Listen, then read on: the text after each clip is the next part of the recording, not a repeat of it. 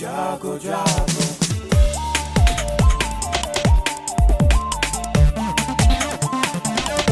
Radio जागो जागो radio जागो 90.4 FM। नमस्कार, ये है रेडियो जागो 90.4 FM। अब आप दीपक से आज की हलचल सुनिए।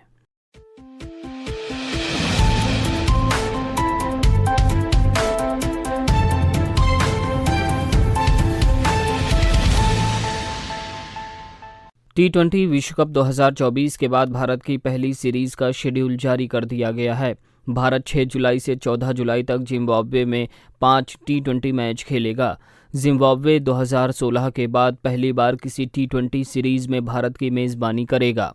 ये 5 T20 मैच 6, 7, 10, 13 और 14 जुलाई को खेले जाएंगे।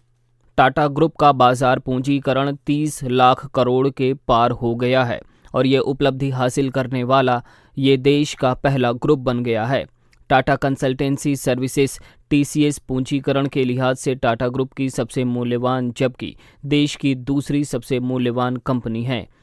केंद्र सरकार ने बताया है कि अंतिम तिथि तक पैन को आधार कार्ड से लिंक न करने वालों से 31 जनवरी 2024 तक बतौर जुर्माना 601.97 करोड़ वसूले गए।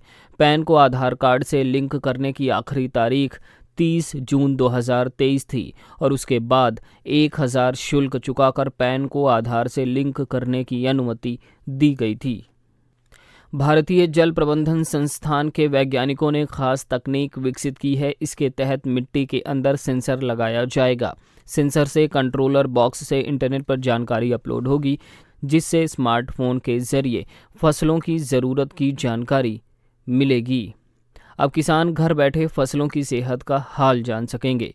फसल को कितनी सिंचाई और नमी की ज़रूरत है, इसकी जानकारी इंटरनेट ऑफ थिंग्स IoT के जरिए मोबाइल पर मिल सकेगी। भारतीय कृषि अनुसंधान परिषद ICAR की शाखा भारतीय जल प्रबंधन संस्थान IIWM भुवनेश्वर के वैज्ञानिकों ने इस तकनीक को विकसित किया है।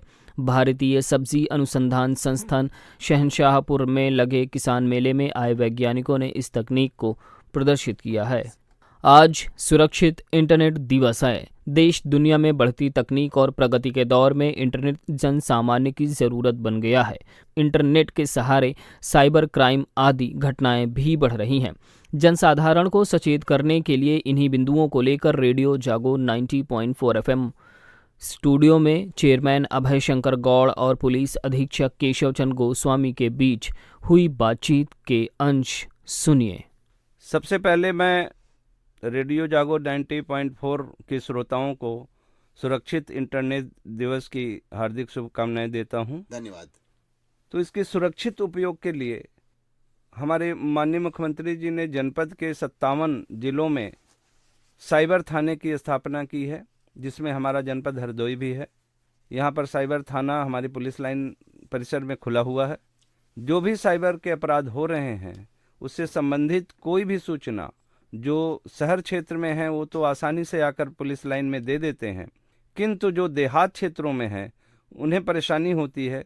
इसके लिए सरकार ने 1930-1930 साइबर हेल्पलाइन जारी किया है। स्टूडियो के फोन इन कार्यक्रम में पुलिस अधीक्षक से श्रोताओं ने साइबर घटनाओं को लेकर सवाल भी किए। सुनते हैं श्रोताओं की जिज्ञासाओं पर पुलिस अधीक्षक हरदोई का जवाब। SP साहब, हमारे साथ रेडियो जागो 90.4 FM के एक श्रोता जुड़ गए हैं जिनकी जिज्ञासा है आपसे अपने प्रश्न का उत्तर प्राप्त करने की। अब बताइए, आप अपना नाम बताइए, फिर अपनी समस्या बताइए। मैं निधि शुक्ला ओम से जगदीश वस्त्रालय सिनेमा रोड से बोल रही हूँ। मैं ये जानना चाहती हूँ कि जो आजकल साइबर क्राइम वगैरह हो रहा है लेडीज के साथ, उस पे जैसे कि जो कम पढ़े लिखे लोग हैं वो OTP वगैरह भेज देते हैं या उनकी फोटोज वगैरह पे छेड़छाड़ होती है, तो इस पे अगर कोई मतलब महिला इसका शिकार होती है तो वो किस तरीके से अपना चाह सकती है, कोई नंबर हो या किस तरीके से उसको हेल्प मिल सकती है, मैं ये जानना चाहती हूँ। आपका उत्तर जो है SP साहब दे रहे हैं। जी 1930 जिस तरह अन्य हेल्पलाइन है इसी तरह साइबर हेल्पलाइन है। जनपद में बैंक खातों से ऑनलाइन हुई धोखाधड़ी से प्रभावित हुई नागरिकों ने रेडियो जागो से बातचीत की, जिसमें साइबर सेल की सक्रियता सामने आई। सुनते हैं एक रिपोर्ट में प्रभावित लोगों को। मैं रामजी अग्निहोत्री सुभाष नगर हरदोई से बात कर रहा हूँ। मेरे साथ जो है गूगल पे के द्वारा एक फ्रॉड हो गया था, जिसमें मेरे 2 अमाउंट कटे हुए थे। एक अमाउंट मेरा 17,400 का था और एक अमाउंट 17,400 का था। ये दोनों अमाउंट मेरे गूगल पे के माध्यम से मेरा जो पेमेंट है वो डिडक्ट हुआ था और ये पेमेंट मोहम्मद हारून के अकाउंट में गया था। मैंने इसकी सूचना तुरंत ही साइबर सेल में दी हुई थी। सूचना देने के बाद ही जो साइबर टीम और स्थानीय पुलिस, साइबर पुलिस इस पे सक्रिय हो गई और उनकी इस सक्रियता से हमारा जो आधा पैसा है 17,400 रुपये वो हमारे खाते में रिफंड करा दिया गया है और 5,000 रुपये हमारा जो होल्ड बचा है वो भी अभी साइबर टीम की ओर से मुझे बताया जा रहा है कि वो भी जल्द से जल्द जो है मुझे रिफंड करा दिया जाएगा। हमारे कंसर्न में अच्छी सक्रियता दिखाने के लिए वह हमारी जो भी असुविधा हो रही थी मुझे उसका समाधान करने के लिए साइबर टीम का व स्थानीय पुलिस का व पुलिस में सभी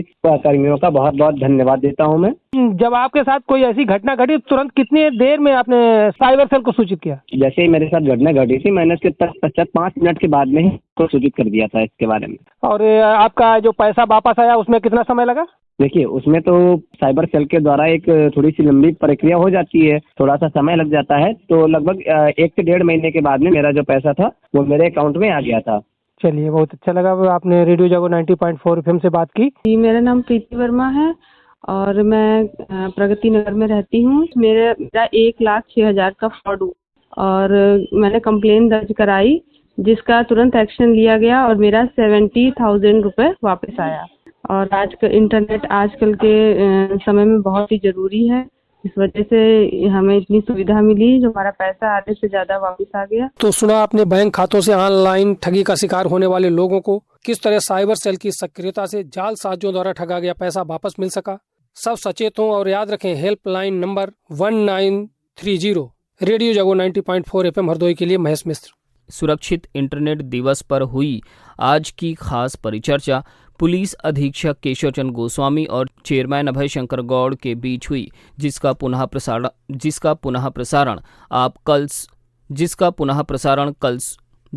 प्रसारण कल 7 फरवरी को दोपहर 2 बजे और शाम को 6 बजे आप सुन सकते हैं। जिलाधिकारी हरदोई मंगला प्रसाद सिंह ने करकरेत्तर की बैठक की अध्यक्षता करते हुए कहा कि लक्ष्य के अनुरूप प्रगति हासिल की जाए और IGRS के अंतर्गत प्राप्त शिकायतों का ससमय गुणवत्तापूर्ण निस्तारण सुनिश्चित किया जाए। बैठक में अपर जिलाधिकारी प्रियंका सिंह व संबंधित अधिकारी उपस्थित रहे। जिलाधिकारी मंगला प्रसाद सिंह ने नगर विकास विभाग तथा डूडा द्वारा संचालित योजनाओं की समीक्षा बैठक की अध्यक्षता करते हुए सभी उप जिलाधिकारियों को निर्देश दिए कि राशन कार्डों के सत्यापन में तेजी लाई जाए और राशन की रिक्त दुकानों के लिए जल्द प्रस्ताव कराए जाएं और कहा नगर निकायों में निर्माणाधीन राशन के मॉडल शॉप का कार्य जल्द पूरा कराया जाए और ऑपरेशन कायाकल्प के अंतर्गत सभी कार्य पूरे किया जाएं। बैठक में अपर जिलाधिकारी प्रियंका सिंह, समस्त उप जिलाधिकारी व संबंधित अधिकारी उपस्थित रहे। जनपद हरदोई के सवायजपुर क्षेत्र के विधायक माधवेंद्र प्रताप सिंह रानू ने विधानसभा सत्र में विभिन्न विषयों के साथ अपने क्षेत्र की विकास की बात भी सदन में रखी। सुनते हैं विधायक रानू सिंह को। माननीय जी, जिस प्रकार आज उत्तर प्रदेश को उत्तम प्रदेश बनाने के हमारे मुख्यमंत्री जी के प्रयासों से तमाम कार्य हुए हैं, उनका विकास उत्तर प्रदेश का हो रहा है।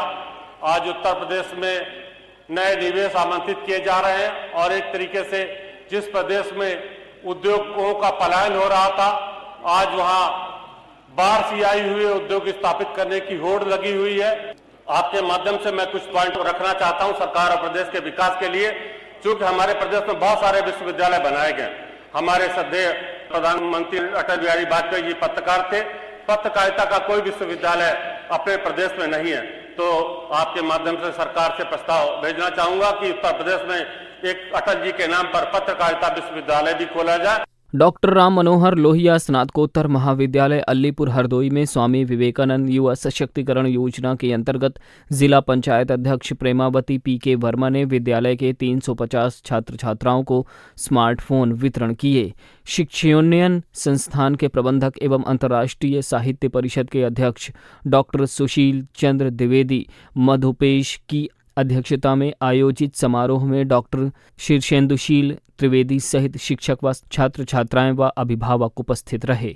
हरदोई जनपद की आदर्श ग्राम पंचायत बांसा के ग्राम प्रधान संपूर्णानंद को अपने गांव के विकास कार्य को कराने को लेकर HCL टेक्नोलॉजी की चेयरपर्सन रोशनी नाडर ने सम्मानित किया। सुनते रहिए रेडियो जागो 90.4 FM। धन्यवाद।